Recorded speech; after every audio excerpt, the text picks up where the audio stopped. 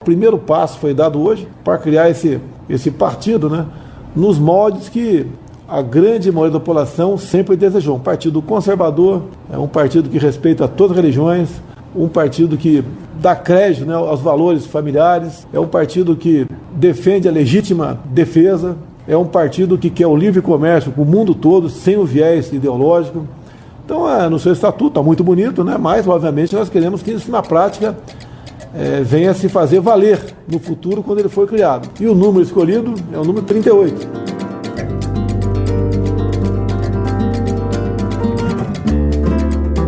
Desde que o partido Aliança pelo Brasil foi lançado em novembro do ano passado, existia a esperança de seus apoiadores em conseguir o número mínimo de assinaturas para que a legenda pudesse participar das eleições municipais desse ano.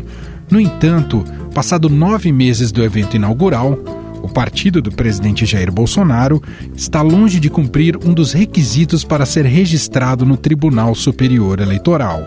A legenda precisa de assinaturas de, ao menos, 492 mil eleitores para funcionar efetivamente como agremiação partidária. Até agora foram validadas menos de 16 mil assinaturas, ou seja, 3,2% do total necessário.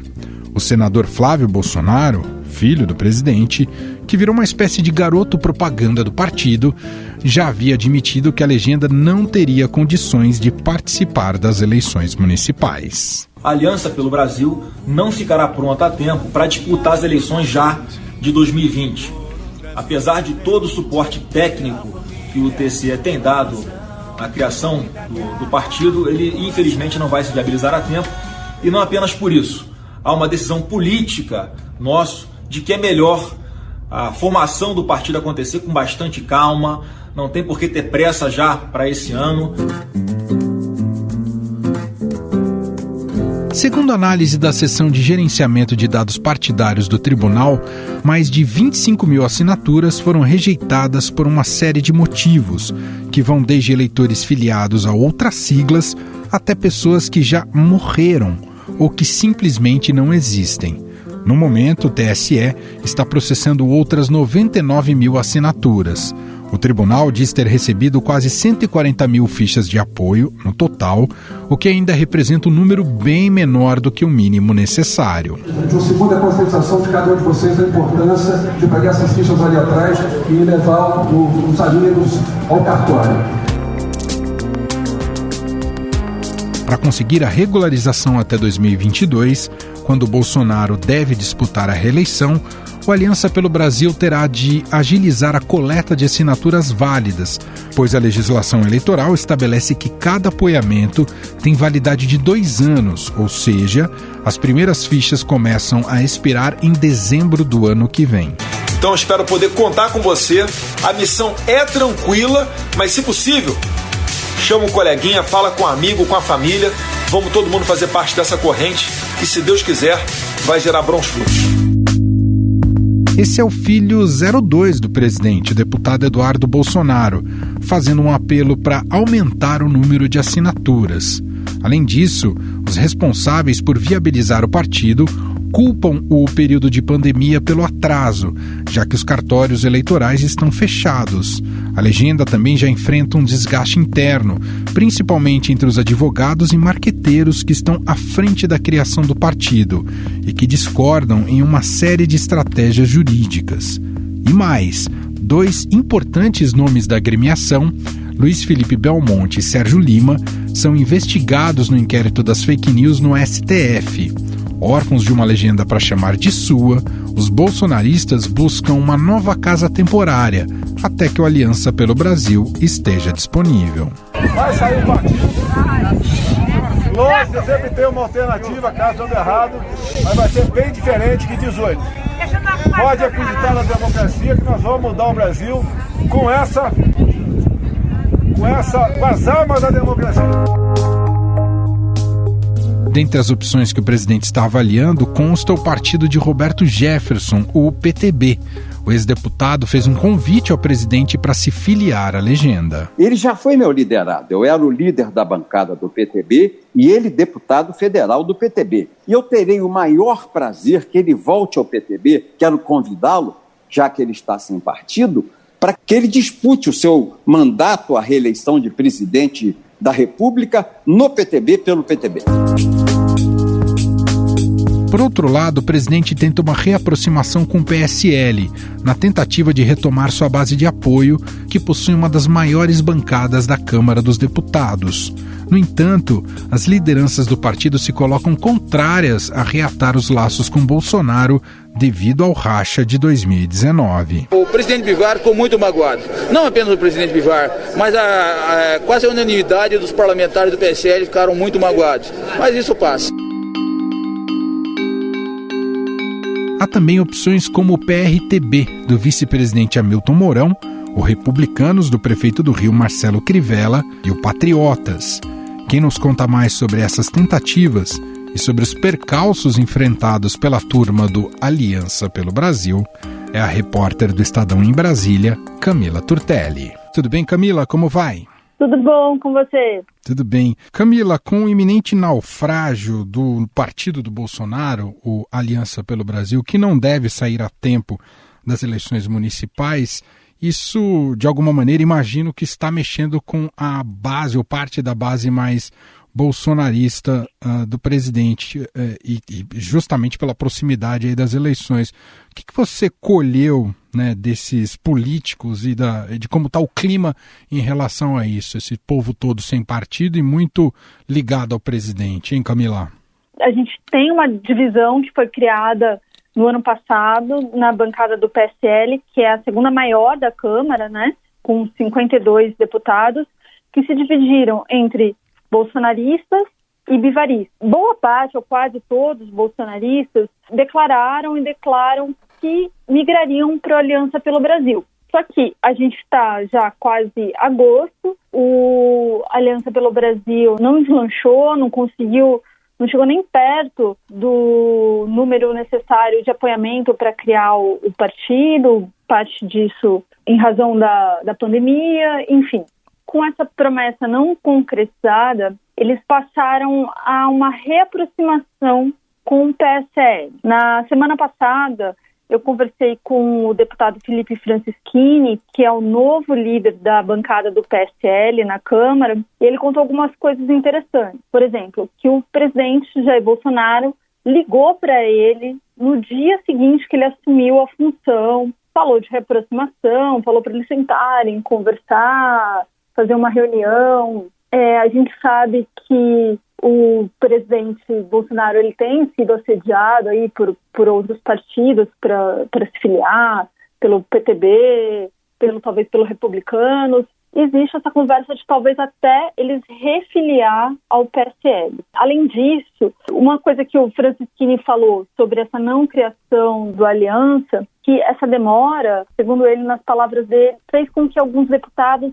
pesassem a cabeça no travesseiro e fossem buscar de volta o PSL. Uma coisa que é interessante é que tem muito deputado do PSL que deve sair candidato nesse ano. E eles precisam do partido para fazer campanha, né? O PSL é o segundo partido que mais vai receber o fundo eleitoral, então eles têm bastante dinheiro para distribuir. E alguns deputados que são pré-candidatos, eles tiveram que voltar, né, a conversar, apaziguar ali a relação com o PSL para concorrer às eleições. Eu me lembro, inclusive, Camila, que essa era uma das críticas feitas à briga que se deu, né, entre Bolsonaro e o Bivar, esse racha no PSL, a saída do Bolsonaro, e muita gente apontava isso, falou, daqui a pouco vai ter eleição, vai precisar, né, do dinheiro do fundo eleitoral, vai precisar de um partido, né, para concorrer às eleições,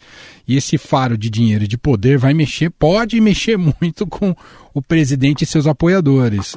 Houve a decisão tomada, né, no calor dos ânimos naquele momento, mas agora está cobrando o seu preço. É isso? A gente pode concluir isso, Camila? Uma que ele não consegue concorrer, né? E outra que ele precisa de dinheiro. Fazer uma campanha é algo muito caro. E quando anunciaram a aliança, acho que vale a gente voltar um pouquinho na história, como que foi que surgiu a aliança, foi justamente desse racha do PSL que levou à saída do presidente Jair Bolsonaro no ano passado, e se criou toda a ideia do Aliança pelo Brasil. Ele foi lançado num grande evento aqui em Brasília, não sei se vocês se lembram. Além dos deputados que apoiavam, tiveram nomes como o empresário Luciano Hang. Criou-se toda uma expectativa, né? Só que a realidade é outra, né? Para se criar um partido não é algo tão fácil. Para começar, você precisa das quase 500 mil assinaturas de apoiamento registradas em cartório, elas precisam ser verificadas. É um caminho longo, né? Não é uma coisa tão fácil. Outra coisa que eu achei interessante, só para a gente fechar aqui, Camila, que eu acompanhei na sua entrevista com o Felipe Francischini, que ele também fala de uma desunião da direita. O que ele quis dizer exatamente, Camila? Ele esperava que a direita tivesse unida em torno do Bolsonaro, é isso? Não, ele faz uma autocrítica, na verdade, né?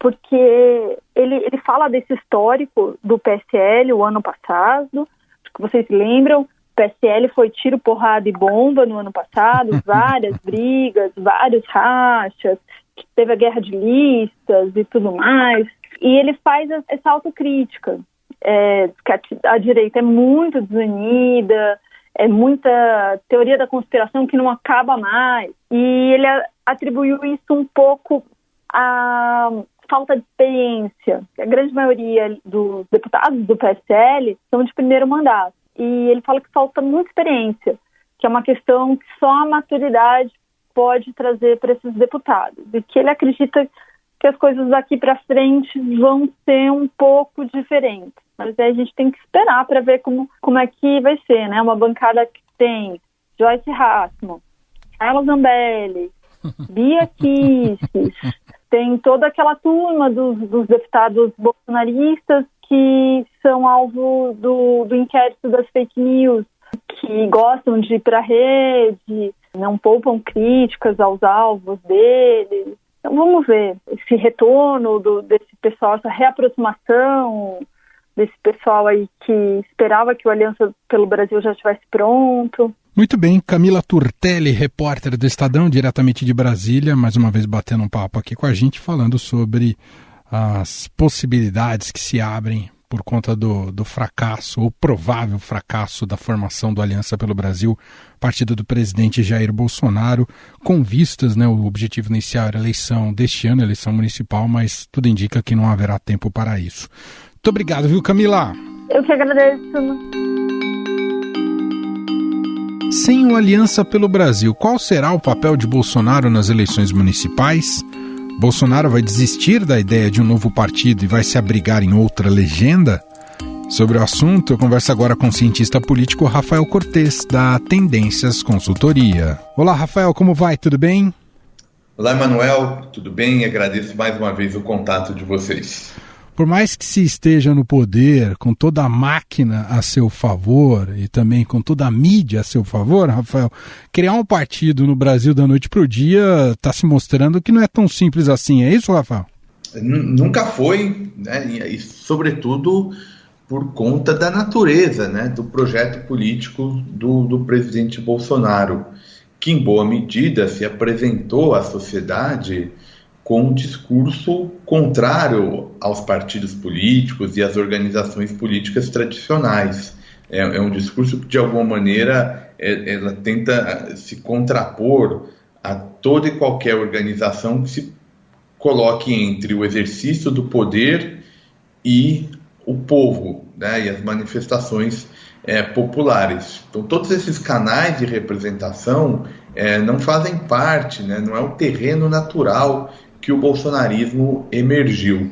E um projeto também que nasce em meio a uma série de conflitos internos, né? Não foi devidamente planejado, foi muito em função de um desgaste que se colocava a partir de agenda negativa que aparecia nos conflitos dentro do PSL. Então, quando a gente soma as dificuldades naturais de criação de uma organização partidária e as características mais particulares do bolsonarismo, a gente consegue entender um pouco as dificuldades do surgimento da Aliança pelo Brasil.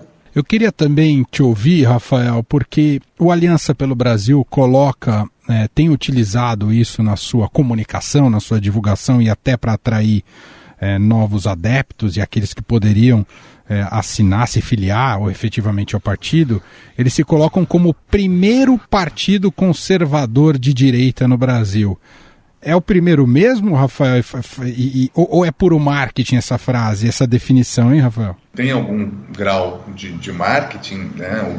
O conservadorismo não nasce enquanto manifestação política, não nasce nesse atual cenário. Se a gente revisitar um pouco a história mais ampla da política brasileira e mesmo recorrer ao período de 46 e 64, né, uma experiência de democracia multipartidária, havia, né, contraposição entre setores mais de esquerda, setores mais conservadores, alguns com bases liberais, outros também se manifestando por meio da agenda de valores, né? Basta a gente lembrar um dos lemas ali das manifestações no momento do governo João Goulart, antes da interrupção democrática, da tradição família e propriedade, né? Então já há alguma manifestação desde lá de trás.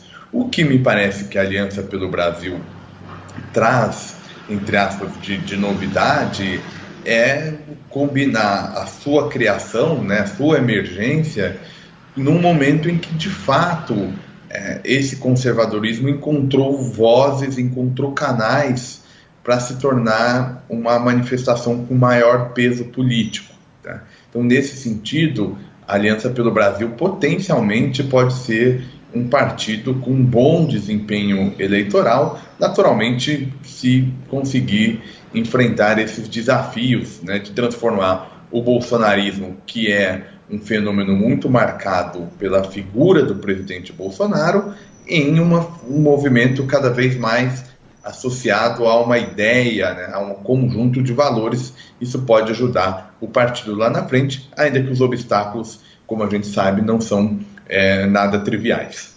O peso do Bolsonaro nessas eleições municipais, qual pode ser? Claro que por algum momento ele manteve uma distância regulamentar, disse que não ia estar tão próximo e ativo nessas eleições, mas a gente sabe do holofote que tem essas eleições, inclusive para a própria defesa daquilo que o governo tem feito ou não tem feito. No final das contas, é de se imaginar que ele acabe se engajando nas eleições e para quem estiver associado ao presidente, vai ser um ativo ou não? Esse ponto é importante, Emanuel, porque ele, de alguma maneira, ele dialoga com a nossa discussão até aqui, ou seja, né, do significado desse movimento, desse grupo político que mobiliza o termo conservadorismo, né, o termo conservador.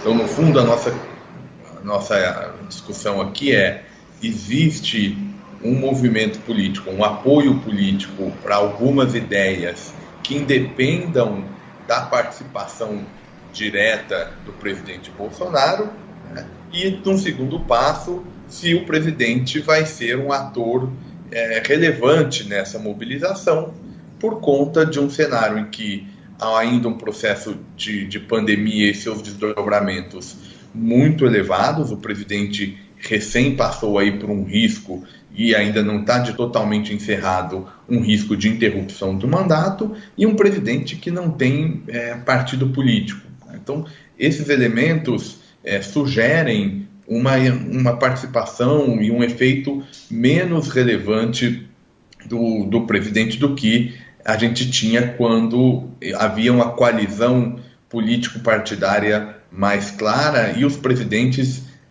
chamavam para si a ideia de participar de eleições, ou pelo menos de algumas com maior destaque, seja no âmbito da articulação, seja eventualmente até mobilizando voto.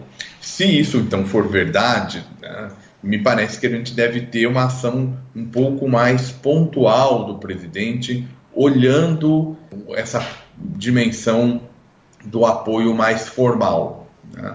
Até porque o bolsonarismo, né, o chamado bolsonarismo, ele vai estar diversificado em diversos partidos, né? Ele não vai estar concentrado em uma legenda. Isso vai dificultando esse mapeamento e vai fazendo com que, eventualmente, o presidente ou se desgaste com potenciais aliados ou não consiga fazer essa mobilização num cenário em que o anti-bolsonarismo pode ser muito importante. É verdade que o presidente mantém uma base de apoio relevante nas pesquisas, mesmo com todo esse quadro de crise, mas se a gente olhar, sobretudo, os municípios onde serão realizados segundo turno, há uma rejeição muito alta. Então, uma parte dessa disputa eleitoral vai ser certamente com a oposição ao bolsonarismo dando o teor da disputa eleitoral. O presidente, ele ainda não deixou claro, mas é uma tendência ele acabar se abrigando em outra legenda? E quais são os prós e contras? O Roberto Jefferson, por exemplo, já fez um convite formal para ele estar dentro da legenda dele para a disputa dessas eleições municipais, em Cortes. Do ponto de vista eleitoral, essa dificuldade que a gente está comentando de criação da Aliança pelo Brasil, ela tem um efeito mais forte, não tanto agora na eleição de 2020, mas pensando num prazo um pouco mais amplo, tá? A eleição natural, as eleições estaduais e para a eleição nacional, ela demanda uma institucionalização mais forte, tá?